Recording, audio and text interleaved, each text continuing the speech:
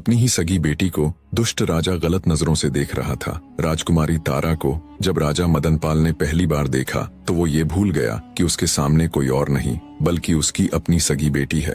राजा ने आज तक इतनी सुंदर कन्या नहीं देखी थी। मदनपाल को ये विश्वास ही नहीं हो रहा था कि सामने खड़ी ये खूबसूरत कन्या उसकी वही बेटी है जिससे वह जन्म से ही नफरत करता आया है। इतनी नफरत कि आज तक उसने उसकी शक्ल तक देखना गवारा नहीं था। पर आज जब पहली बार उसने अपनी बेटी को देखा तो अपनी सुध बुद्ध खो बैठा और बस एकटक उसे ही देखे जा रहा था। राजा मदनपाल की आंखों में पिता का प्रेम नहीं बल्कि वो दुष्ट दरिंदा था जो अपनी सारी मान मर्यादा भूलकर गंदी निगाहों से राजकुमारी को घूरे जा रहा था। राजकुमारी को देख राजा मदनपाल के मुख से एक शब्द भी नहीं निकला और वो बिना कुछ बोले चुपचाप वहां से वापस अपने शयन कक्ष में लौट आया। दुष्ट राजा वासना के वशीभूत हो अब बस राजकुमारी तारावती के बारे में ही सोचे जा रहा था। उसका दिमाग एकदम से सुन्न पड़ गया था। रह रहकर उसकी आंखों के सामने राजकुमारी तारावती का वही मुस्कुराता चेहरा आ रहा था। राजा को ऐसे ही बैठे बैठे पता नहीं कब दिन से रात और कब रात से दिन हो गया। उसके दिमाग से राजकुमारी तारावती की छवि हट ही नहीं रही थी। उसके मस्तिष्क में हजारों सवाल जवाब, हजारों तर्क वितर्क एक साथ चल रहे थे।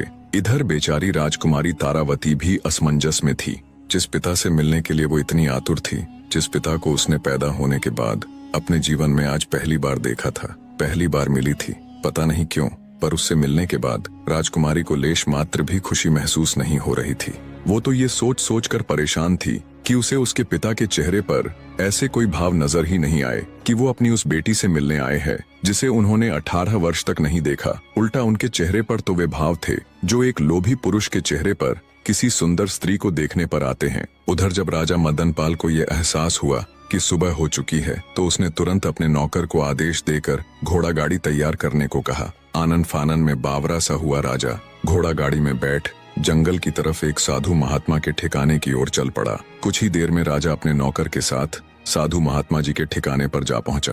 राजा ने साधु जी को प्रणाम किया और बैठ गया। इतनी सुबह सुबह राजा को अपने पास आया देख थोड़े आश्चर्य से साधु जी बोले, कहो वत्स, आज इतनी सुबह सुबह कैसे आना हुआ? सब कुशल मंगल तो है? तब राजा मदनपाल महात्मा से बोला, हे साधु महाराज, कल रात से मैं एक छोटी सी उलझन में हूँ। राजा की बात सुन महात्मा जी बोले, बताओ वत्स, ऐसी क्या उलझन है जो तुम्हें इतनी सुबह सुबह मेरे पास खींच लाई?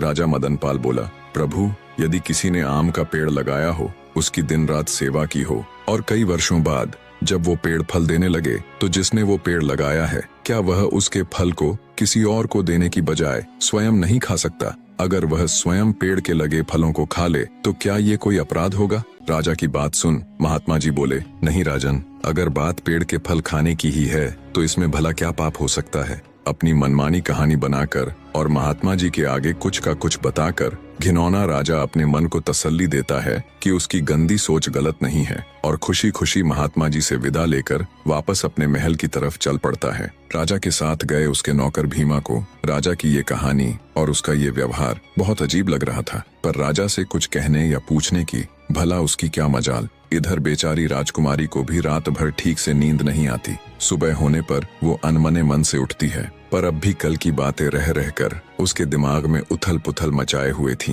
अंततः राजकुमारी तारा ने सोचा कि कहीं ये सब उसका वहम तो नहीं, क्या पता उसके पिता ऐसे ना हो और वो ही उनके बारे में कुछ भी अनाप शनाप सोचे जा रही हो। इसी सोच के साथ राजकुमारी अपने पिता से बात करने का निर्णय लेती है और जब उनके निवास स्थान पर जाती है तो राजा को वहां नहीं पाती, क्योंकि राजा उस समय जंगल में महात्मा जी के पास गया हुआ था। राजा मदनपाल महात्मा से मिलकर वापस अपने महल आ जाता है। काफी देर सोच विचार कर वो एक पत्र लिखता है और वो पत्र अपने नौकर भीमा को देते हुए उसे हुक्म देता है कि इस संदेश पत्र को लेकर तुम फौरन प्रतापगढ़ जाओ और राजा धर्मपाल को ये पत्र दे देना। राजा का हुक्म मिलते ही नौकर भीमा तुरंत प्रतापगढ़ के लिए निकल पड़ता है। कुछ ही घंटों का सफर कर वो प्रतापगढ़ पहुंच जाता है। राजा धर्मपाल दरबार लगाए राजसभा में बैठे थे।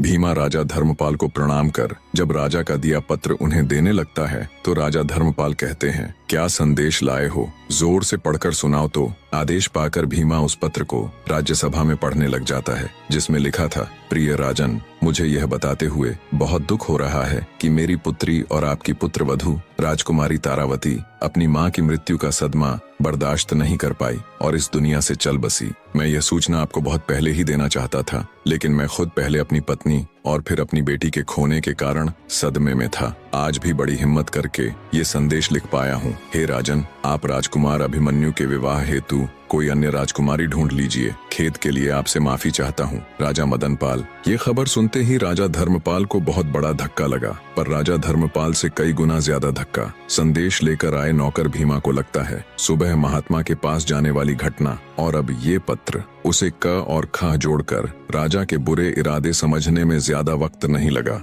वो तुरंत तेजी के साथ विलास नगर के लिए रवाना हो जाता है।